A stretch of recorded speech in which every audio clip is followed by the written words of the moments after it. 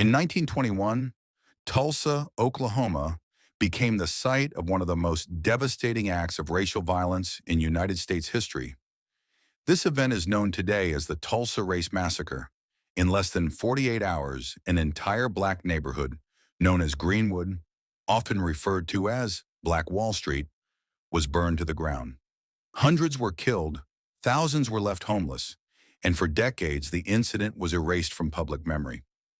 This documentary explores what really happened, why it happened, and how it was hidden for so long. After the Civil War and the abolition of slavery, many African Americans migrated west in search of safety and opportunity. In Tulsa, a thriving African American community developed in the Greenwood district, located on the north side of the city. By 1921, Greenwood had become one of the wealthiest black communities in the country. It included more than 300 black-owned businesses, banks, hotels, barbershops, movie theaters, newspapers, doctors' offices, and schools. Because of this economic success, Greenwood was nicknamed Black Wall Street. However, tensions between the white and black communities in Tulsa were rising. While Greenwood thrived, the broader white community, facing post-war economic instability, harbored increasing resentment. On May 30th, 1921, a 19-year-old black shoe shiner named Dick Rowland entered an elevator in the Drexel Building in downtown Tulsa. The elevator was operated by a 17-year-old white girl named Sarah Page. According to reports, Sarah screamed while inside the elevator. Rowland fled the building and was later arrested.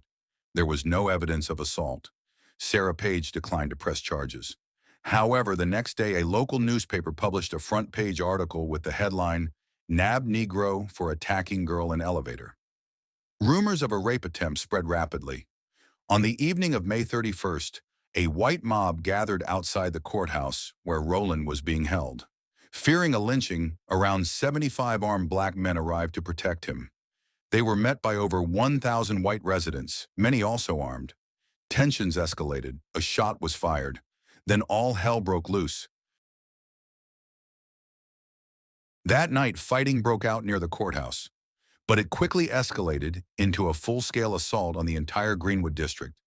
White mobs, some of them deputized by local authorities, began attacking homes and businesses. They looted stores, set fires, and shot black residents in the streets. Eyewitnesses reported that private airplanes flew over Greenwood and dropped incendiary devices, possibly kerosene bombs. This marked the first time in American history that aerial attacks were used on U.S. citizens. By the morning of June 1st, fires engulfed Greenwood. Entire blocks were reduced to ash.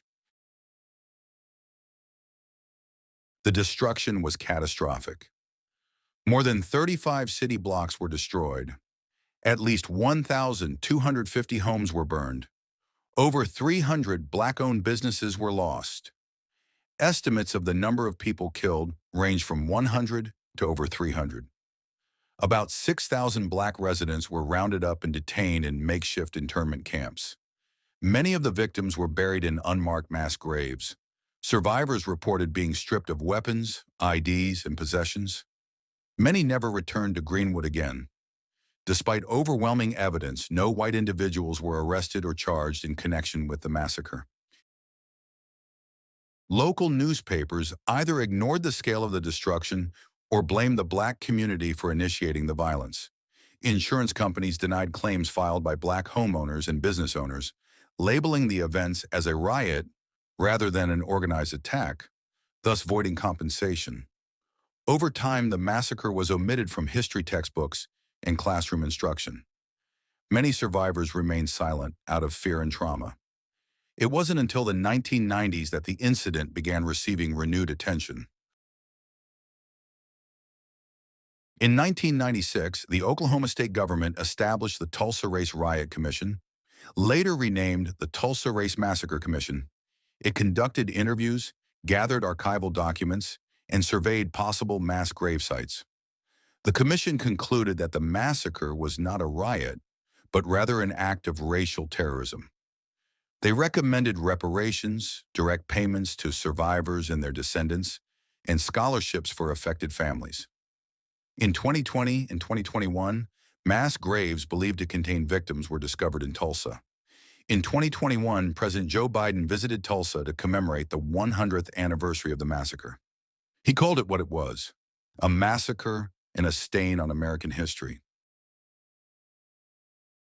The Tulsa Race Massacre is a reminder of how far racial violence can go when fueled by fear, hatred, and impunity. For decades, the truth was buried, but today it is being unearthed, one story at a time. This was not just a local tragedy, it was a national failure. Only by learning the full history, not just the victories, but also the atrocities, can a society move forward in justice. Tulsa is not forgotten. Greenwood is not gone, and history will never be silent again.